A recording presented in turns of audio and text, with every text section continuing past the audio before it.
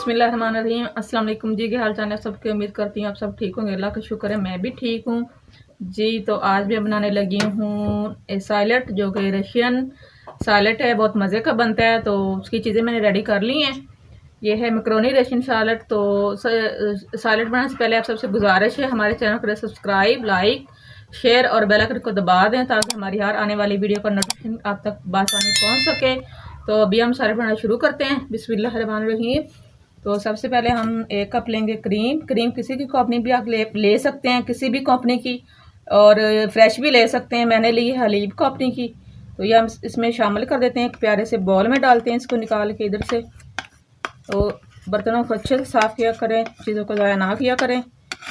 तो इसकी अच्छी तरह निकालेंगे। दूसरी चीज़ इसमें जाएगी मायोनीज़, जो कि मैंने ली है 1 प्याली।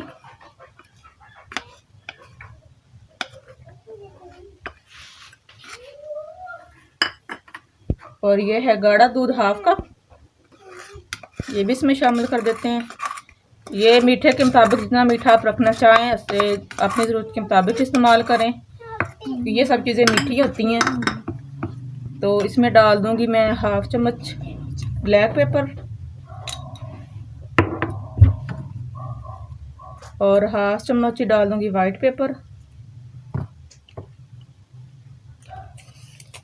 नमक डाल दूंगी हस्बे जायका। और इन्हें हम अच्छी तरह से मिक्स कर लेंगे चम्मच की मदद से।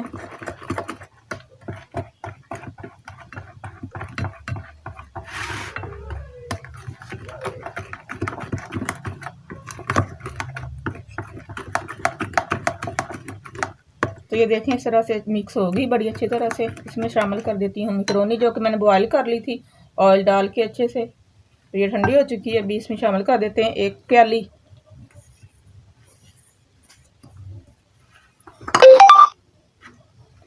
तो ये गाजर है, जो कि मैंने 2 लिए हैं, बॉयल करके मैंने बरीक कटिंग कर ली है। तो मैंने अपनी मर्ज़ी के फ्रूट लिए हैं, फ्रूट्स, और मैंने गाजर भी ली। इसका जायका बहुत अच्छा आएगा, आप भी अपनी मर्ज़ी के शामिल कर सकते हैं।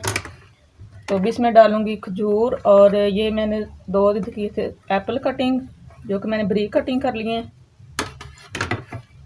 और मैं डालूंगी इसमें केले मैंने पहले नहीं काटे क्योंकि ये फ़ौरन ही काले हो जाते हैं। ये मैं साथ ही कटिंग करके डालती जाऊंगी, 4 से 5 डाल लूँगी।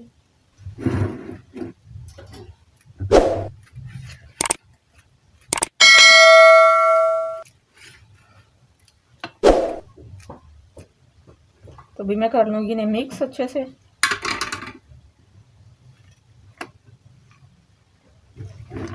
जी तो ये देखें माशाल्लाह से मैं इसको मिक्स कर रही हूँ।